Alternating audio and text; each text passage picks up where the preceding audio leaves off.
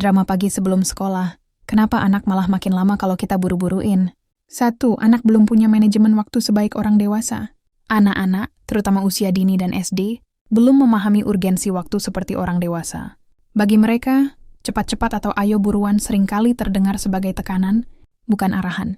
Otaknya belum cukup matang untuk memproses multitasking dengan cepat. Contohnya berpakaian, makan, dan siap berangkat.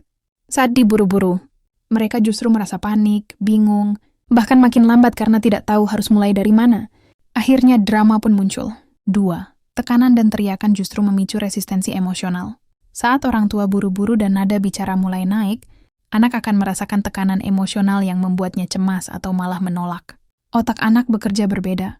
Saat merasa tertekan, mereka bisa shut down, diam dan lambat, atau melawan, emosi, menangis membantah. Alih-alih membuat mereka bergerak cepat, tekanan justru menghambat kerja otak logis mereka. Hasilnya, makin kita dorong, makin mereka mundur. 3. Anak butuh rutinitas dan persiapan yang konsisten, bukan tekanan mendadak. Drama pagi sering terjadi karena anak tidak terbiasa dengan rutinitas yang teratur. Kalau malamnya tidur terlalu malam, atau paginya tidak ada struktur, bangun, mandi, sarapan, siap sekolah, anak akan kewalahan. Saat itu terjadi, lalu kita buru-buruin, anak jadi merasa semua serba salah. Solusinya bukan marah atau menyuruh cepat, tapi membangun rutinitas konsisten dan memberi waktu cukup untuk setiap aktivitas.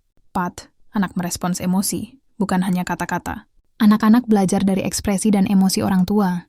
Saat kita terburu-buru dan nada kita tinggi, mereka lebih menangkap ketegangan daripada perintah. Mereka bisa merasa aku bikin mama marah lagi dan mulai menarik diri atau pura-pura lambat. Sebaliknya, saat kita tenang, santai tapi tetap tegas, anak lebih mudah mengikuti. Jadi, bukan hanya apa yang kita katakan, tapi bagaimana kita mengatakannya sangat memengaruhi respons anak.